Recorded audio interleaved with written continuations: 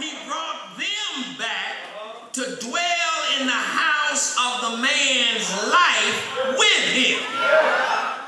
He was there at first. He left. The man swept. He came back, found the house clean. Went and got some buddies and came back. When the demon left, the man swept the house, disinfected his house. The problem was that the man relied on his own efforts alone to rid himself of the evil spirit's influence. He relied on his own efforts alone. You know, you got to do something, but you need some help in this thing. How many of you know you need some help in this thing? You can't do it by yourself. Have you ever gone grocery shopping again and bought a can of something that you really like?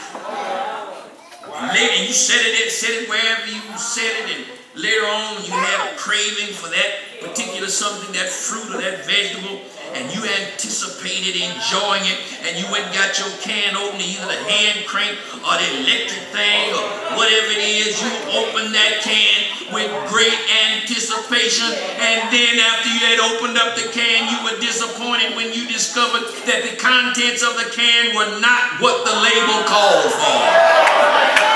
Somebody ever been there? Somehow or another, in the canning process, the can had been mislabeled. Here's where we make our big mistake. So often, we try to clean up our lives through our own efforts. We try to sweep clean our lives in an effort to remove the old ways. We make attempts to live a better life. But like the man in our text, we fail to fill the emptiness in our life with Jesus. I hope you got that. The man had swept and cleaned his house, but he didn't put anything in the house to occupy the space where the evil spirit had been. Yeah, you done stop whoring around, you done stop drinking, you done stop shooting drugs, you done stop, yeah, that's what I said, you done stop whoring around. Some of you done stopped whoring around because you done got too old to do it anymore. But anyway, you done stop doing whatever you stop doing. You done stop doing whatever you done stop doing, but then some other evil mess gets in because you still didn't put no Jesus in it.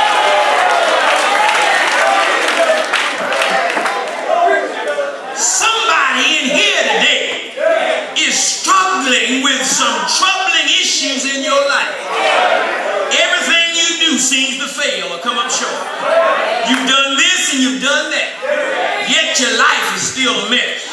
The problem just might be that you didn't replace the undesirables with Jesus.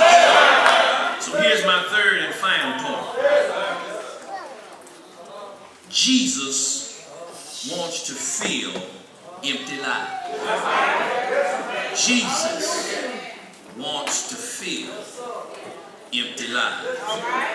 Pay attention to something right here. Pay attention to something. The text says that after the evil spirit returned with his friends, the last state of the man will be worse than the first state.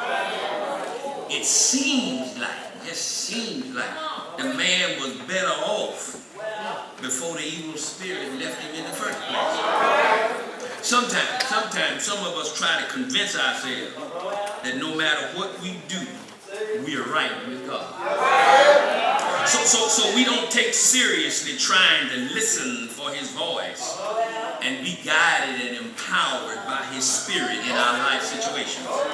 We persuade ourselves that divine power is not really needed to overcome evil spirit, if indeed there are such things as evil spirits. Now, I told you before, folk used to scare us with the devil and all that kind of stuff. Ain't nobody scared of the devil no more. You start telling folk about they going to hell, they ain't scared of going to hell. Anything, the devil is scared of them coming to hell. The devil is scared they're going to put his fire.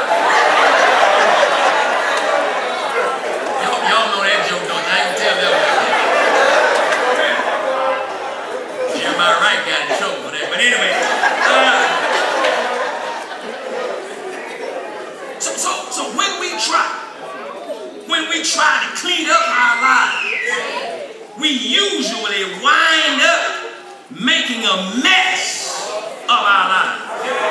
We botch up and mess up what only the power of God can fix up. I think I ought to tell you today that nothing and nobody can fix you up like Jesus can.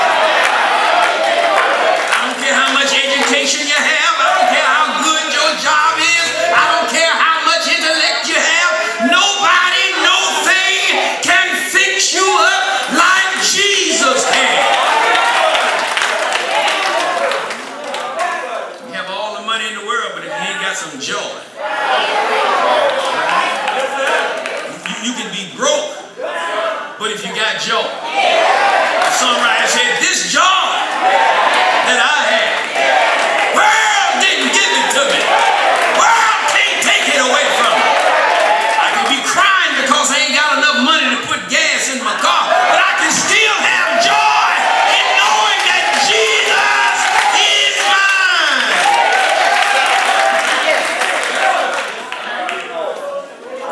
Only Jesus can succeed in changing us.